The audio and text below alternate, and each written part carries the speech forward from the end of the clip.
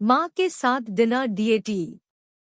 एक दिन अचानक मेरी पत्नी मुझसे बोली, सुनो, अगर मैं तुम्हें किसी और के साथ डिनर और फिल्म के लिए बाहर जाने को कहूँ तो तुम क्या कहोगे? मैं बोला, मैं कहूँगा कि अब तुम मुझे प्यार नहीं करती।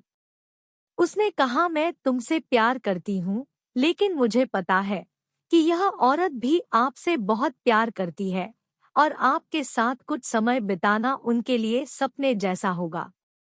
वह अन्य औरत कोई और नहीं, मेरी माँ थी, जो मुझसे अलग अकेली रहती थी। अपनी व्यस्तता के कारण मैं उनसे मिलने कभी कभी ही जा पाता था। मैंने माँ को फोन कर उन्हें अपने साथ रात के खाने और एक फिल्म के लिए बाहर चलने के लिए कहा। तुम ठीक तो हो ना? तुम दोनों के बीच कोई परेशानी तो नहीं? माँ ने पूछा। मेरी माँ थोड़ा शक्की मिजाज की औरत थी।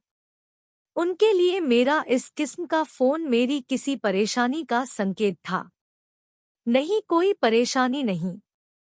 बस मैंने सोचा था कि आपके साथ बाहर जाना एक सुखद एहसास होगा, मैंने जवाब दिया और कहा, बस हम दोनों ही चलेंगे। उन्होंने इस बारे में एक पल के लिए सोचा और फिर कहा, ठीक है। शुक्रवार की शाम को जब मैं उनके घर पर पहुंचा तो मैंने देखा है वह भी दरवाजे पर इंतजार कर रही थी। वो एक सुंदर पोशाक पहने हुए थी और उनका चेहरा एक अलग सी खुशी में चमक रहा था। कार में माँ ने कहा, मैंने अपनी फ्रेंड्स को बताया कि मैं अपने बेटे के साथ बाहर खाना खाने के लिए जा रही हूँ। वे काफी प्रभावित थी। हम लोग माँ की पसंद वाले एक रेस्तरां पहुँचे जो बहुत सुरुचिपूर्ण तो नहीं मगर अच्छा और आरामदायक था। हम बैठ गए और मैं मेनू देखने लगा।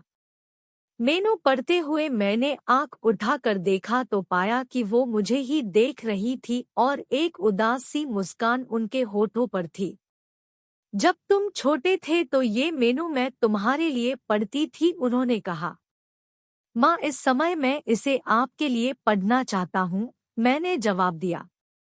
खाने के दौरान हम में एक दूसरे के जीवन में घटी हाल की घटनाओं पर चर्चा होने लगी। हमने आपस में इतनी ज्यादा बात की कि पिक्चर का समय कब निकल गया हमें पता ही नहीं चला।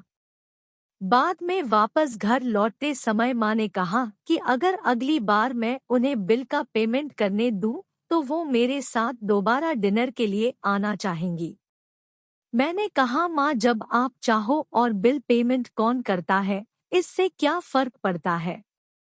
माँ ने कहा कि फर्क पड़ता है और अगली बार बिल वो ही पे करेंगी। घर पहुंचने पर पत्नी ने पूछा, कैसा रहा?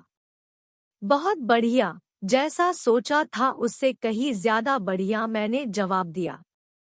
इस घटना के कुछ दिन बाद मेरी माँ का दिल का दौरा पड़ने से निधन हो गया।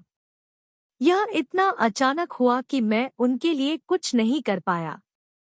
माँ की मौत के कुछ समय बाद मुझे एक लिफाफा मिला जिसमें उसी रेस्तरां की एडवांस पेमेंट की रसीद के साथ माँ का एक खत था जिसमें माँ ने लिखा था, मेरे बेटे, मुझे पता नहीं कि मैं तुम्हारे साथ दोबारा डिनर पर जा पाऊंगी या नहीं, इसलिए मैंने 2 लोगों के खाने के अनुमानित बिल का एडवांस पेमेंट कर दिया है।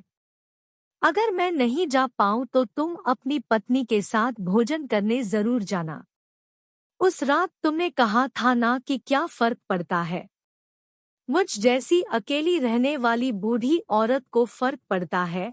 तुम नहीं जानते, उस रात तुम्हारे साथ बीता हर पल मेरे जीवन के सबसे बेहतरीन समय में एक था।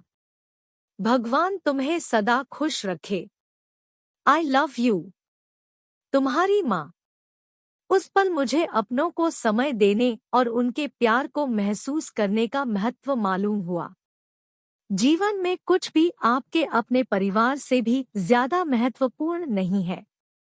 ना व्हाट्सएप, ना फेसबुक, ना मोबाइल, ना लैपटॉप और ना ही टीवी। अपने परिजनों को उनके हिस्से का समय दीजिए क्योंकि आपका साथ ही उनके जीवन में खुशियां का आधार है। इस मैसेज को उन सब व्यक्तियों के साथ शेयर कीजिए जिनके बूढ़े माता पिता हो, जिनके छोटे बच्चे हो और जिनको प्यार करने वाला और उनका इंतजार कोई हो। क्योंकि धन तो आता जाता है मगर अपने गए तो लौट के नहीं आते।